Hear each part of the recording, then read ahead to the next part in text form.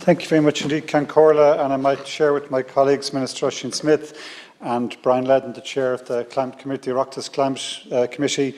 If I can, I won't be distributing a speech because I'll be using maybe notes to reflect, but the need for the statements today was very much inspired for us to consider where we are in our plans for climate action and to reflect on recent developments, including the Taoiseach's speech at the UN Security Council, but also reflecting, if I can, the broader context within which we are operating.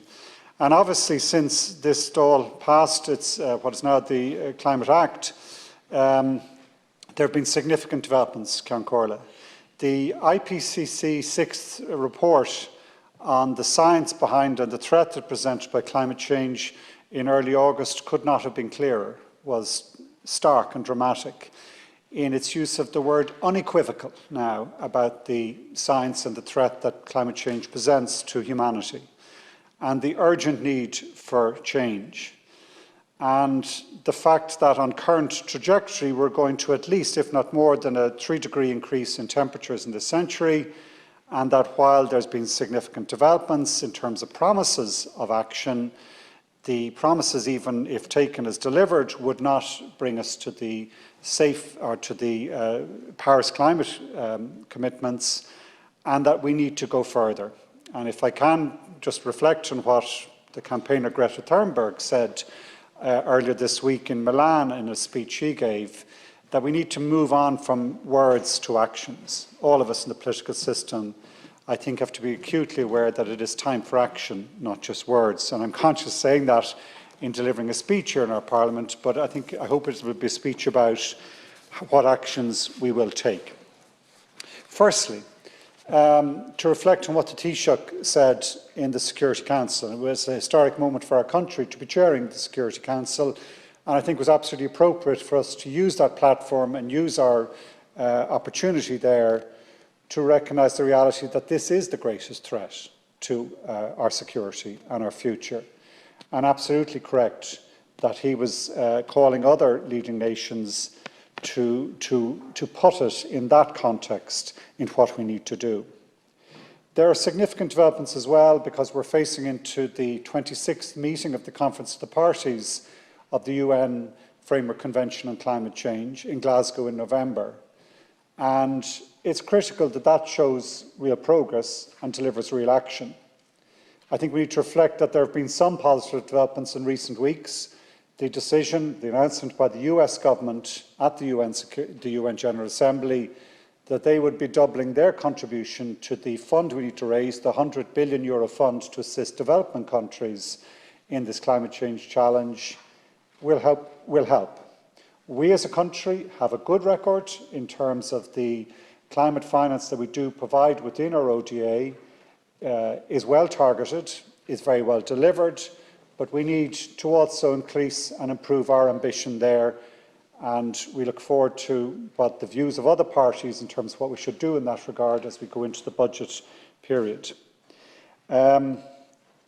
It's also very significant, I think, last week that the Chinese government signified that they would no longer be funding the building of coal-fired power stations outside China, and that too was an important step in terms of towards actions which will deliver us on the path.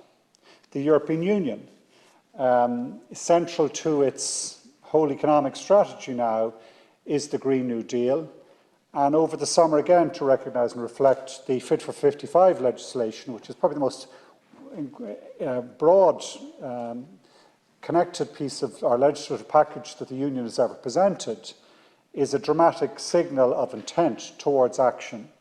Next week at the European Council of Environment Ministers, the European Union will present our approach to the COP26 negotiations, and I look forward to Ireland playing its part as part of the European team, trying to get diplomatic agreement in Glasgow and in future COPs towards the sort of action that we need. Further developments just in recent weeks, just to note and recognise the agreement between the European Union and the US on a global ambition of 30% reduction in methane, both fossil and biogenic methane, as a global target that we seek to get agreement on, was very significant. And Ireland again will play a role as best we can within the Climate and Clean Air Coalition, which was a body set up to specifically look at how we address these short-lived greenhouse gases, exceptionally virulent, and ones that the science is increasingly saying we have to reduce, we have to play our part in reducing those gases, is very significant and important. Further recognising, we just need to recognise what's happening in this whole space, that our President also addressed the UN, and with Tom Arnold, who's done really good work in this food systems approach, that it was at the Food Systems Summit in the UN General Assembly, where this issue about how we integrate climate action with protection of biodiversity, with tackling the pollution crisis we face in water pollution, nitrates pollution, ammonia and other pollution, that it has to be a systems approach in all of systems, a social approach as well as a scientific one in terms of how we address change. All those developments are positive, but just set the scene for what we need to do here at home. And what we need to do at home, first and foremost, is now put into action the Climate Action and Low Carbon Amendment Act, which we passed back in July, which sets us on a legal binding path to net zero emissions by 2050. I want to just give some details that might help the opposition and Institute to hear their perspectives on what we now need to do under that Act. Under it, we have to ensure that we do meet our international and EU targets, and we have to become much more transparent and clear on what we need to do, what policies we need, and we will be held accountable in the implementation of those policies under the Act. The next stage of the process will be the preparation of regulations on carbon accounting in consultation with the Climate Change Advisory Council, and that they have to be consistent too with the Paris Agreement and EU rules, which I might talk to a bit later. That will be followed, the publication of these regulations, by the production of carbon budgets by the Climate Change Advisory Council. These carbon budgets will be presented to the Oireachtas and approved by government. The government will then set sectoral emission ceilings, determining how each sector of the economy will contribute to the achievement of the budgets. All sectors of the economy will need to have their highest possible ambition to deliver this challenge, but the highest ambition will be higher in some sectors than in others. Electricity, for example, has halved its CO2 intensity since 2005 and dropped a further 1/3 in the last 5 years. And I expect that by 2030, compared to 2018, that we will see an order of an 80% cut in emissions in this sector. The Climate Action Plan will require every government department and body to ensure we deliver on the obligations, including making sure we meet the 2030 as well as 2050 targets.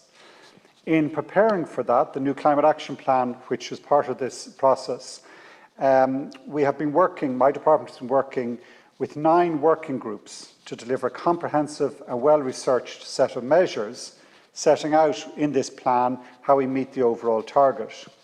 Those working groups, supported by universities, consultants, and a detailed public consultation process, has established 2 categories of measures. Firstly, they're core measures, which are well developed, underway, or are no regrets actions, which will be the foundation of the Climate Action Plan. After that, further measures will be less certain and will require further policy development or are less clear in terms of the amount of savings that will provide a pathway to the 51% reductions by 2030. As I said, a public consultation process was held on the Climate Action Plan, which was open for a period of 8 weeks and saw several thousand submissions received by my department. The submissions have been carefully considered and will form a valued input into the development of the plan. In transport, we will see much more provision on the provision of walking, cycling and public transport journeys, and the NGP to be announced next Monday will also signal a clear shift in terms of investment to support this. In towns and cities in particular, we need to ensure, for health reasons as well as climate reasons, that our children can cycle and walk and take the bus safely to school. In Dunleary, just as an example, to give some hope and inspiration, some schools, because of the changes they've made locally, are now seeing 90% of children attending school by walking and cycling. The provision of safe infrastructure is the key enabler to make this happen. cannot allow our children to be locked out of healthy transport options because of poor or unsafe roads and infrastructure. In rural areas, we will bring forward our Connecting Ireland policy to enable public transport options to be available to everyone. We will also continue to switch to electric vehicles, particularly suitable in rural areas, and we will focus on delivery of charging infrastructure to make sure everyone can avail of that cheaper and cleaner option. In energy, we will quadruple our renewable capacity this decade, focusing in particular on the development of offshore wind. Flexible gas will continue to be part of the electricity solution for some time to come, building up that supporting backup power for variable renewable power, and we will also build on battery storage and hydrogen to reduce our dependence on fossil fuels. There will be a greater focus on demand-side flexibility in our electricity system.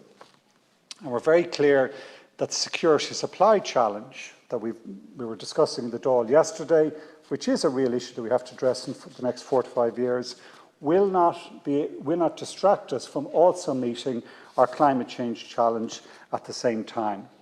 We're very mindful that the whole issue of energy security and energy prices, when we have to focus on making this a just transition. The current security of electricity supply situation, together with the international high prices in natural gas, are a matter of real concern to government. We will continue to help vulnerable customers. We will provide extensive support to protect against higher household energy costs via energy efficiency and welfare schemes. And we expect to make further progress in that regard in the budget next week. And to continue the good work that's being done in through the Just Transition Commissioner, particularly in the Midlands. The example this week of Bord na Móna making further huge investments to create jobs and actually give us energy security and reduce emissions at the same time, gives us an example that we can manage this complex task of providing the critical needs, everyday energy needs of our communities, creating employment and protecting people from the higher energy prices that are coming from, at this moment in time, particularly high fossil fuel and insecure fossil fuel sources. On energy security, as we discussed yesterday, CRU is outlining in detail how it intends to respond to the capacity issues, and part of that work will ensure that measures fit within the revised climate action plan. In heating, our new homes have already transitioned to high energy efficiency heat pumps. We need to do the same on our new public and commercial buildings. We will continue to scale up the home energy upgrades, transitioning our homes from high carbon cold homes to low carbon warm homes. We will ensure 1/3 of our homes reach this standard this decade, and we've already almost doubled the investment in home energy upgrades this year, and will further increase this year on year to the end of the decade as industry expands to deliver this strategic goal. Today, we are announcing €57 million worth of grants for community energy projects to be delivered through SEAI. I had the great privilege yesterday to visit a community in Clondalk and Carhillock, where householders came together, local street, 40 houses working together with their own community housing association, where they upgraded their houses together from F grade to an A rating, putting in new windows, insulation within the walls, heat pumps at the back of the house, and incredible benefits in terms of warmer, cheaper, better homes in local communities led by the local community, supported by SCAI. That is what those €57 million of grants announced today are going to deliver: real change to protect people, to help people, to make the transition in a way that is turning words into actions. Critically, I want to take this chance today to set out some of the detail around the regulations which will be needed as part of the carbon budgets. There are 2 regulations required in the climate law. One on the greenhouse gas accounting methods, which will come to government shortly, and the other on land use emissions and sinks, which has now been finalised. The second regulation deals with how the accounting of land use emissions and sinks are dealt with. At the same time, the European Union has now proposed accounting emissions from 2020 to 2025 on a reference level. From 2026 to 2030, they're recommending it on a gross net basis, and from 2031, they recommend that we will incorporate all agricultural land use into one category. We are currently working through these matters with the Climate Change Advisory Council, the EPA and Teagasc, providing advice to government on how to best account for these emissions in a changing international landscape, to which our regulations have to reflect. One of the most important commitments in the programme of government, in my mind, was our commitment to a land use review. Ireland's land is a limited, precious resource, fundamental to our economy, environment and our well-being. It's vital that when we consider our land, we strategically plan how to ensure the social, environmental and economic well-being of our country. We need to ensure livelihoods maintained, but also restore the damage that has been done to the natural world in the last century, last five decades in particular. There are stark warnings from the Environmental Protection Agency that our water quality is falling sharply, driven by two things primarily: lack of good wastewater treatment capacity and agricultural runoff. While the wastewater issue is steadily improving, the agricultural contribution continues to decline in terms of water quality. To quote one of the country's preeminent scientists, Dr. Lorna Burke of the EPA, all trends are going in the wrong direction. We will need, for water quality reasons, to drastically cut the use of nitrogen on our agricultural land. This can be done in a way that is positive for farmers.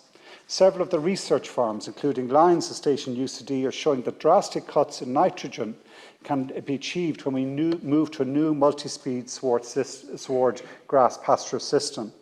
This shift away from nitrogen-hungry ryegrass cuts costs, increases soil carbon, improves water quality, reduces greenhouse emissions, and protects us against the flooding and drought conditions we can expect as climate change hits home. Ammonia is also rising. We will not reach our air quality targets without drastic action on ammonia. Ammonia mixes with other gases in the atmosphere to create particulates that enter our bloodstream and contribute to asthma, strokes, and heart attacks. Both the Departments of Agriculture and Housing are now working on these issues, including a nitrates action plan. Together with this and ammonia reductions, it will require a fundamental change, for the better in my mind, in our agricultural system, the one that works with nature. Finally, when we improve productivity on farms from these multi-speed swards, from lower methane breeding, shorter animal life cycles, we must reinvest this productivity in nature and pay farmers better through the Common Agricultural Policy and other new payment systems which we will need to turn to, so we pay for this restoration of nature and for the farmers and foresters who will deliver it. If we reinvest this dividend in growth, all of our targets will be shot and a green reputation, which is already under pressure, will be damaged. We need to be truly orange and green now in everything we do. Finally, on this issue of land and sequestration, we need to be clear about what's actually happening. We often see land use as a sink or as a store of carbon, but in truth, in 2018, land use was a source of emissions that we have to address. Some 4.8 million tonnes in 2018 is the estimate. And far from that improving, what we expect is, because the changing nature of our forest cover system, that actually by the end of this decade, we will have a bigger challenge in actually turning that land use from being a source into a sink. We can expect up to 7 to 9 million tonnes of sources from land use due to the changes that are taking place in forestry, the deforestation, the lack of new forestry being planted. So that requires us, if we're to meet our climate targets, to take drastic action in forestry, in my mind. And that, I think, can take various forms, and it'll be really interesting working with the opposition, because this is a long-term project. This is a multi-decade, it's a 3-decade project. A lot of the emissions we will save from forest sinks will only accrue in the next decade or the next lifetime of that forest, but we need to start planting now and manage the accounting of this and the organisation of this in a real way. And we've done great work on forestry, gone from a country of 1% forestation up to 11%, but the next leap will be through a different form of forestry.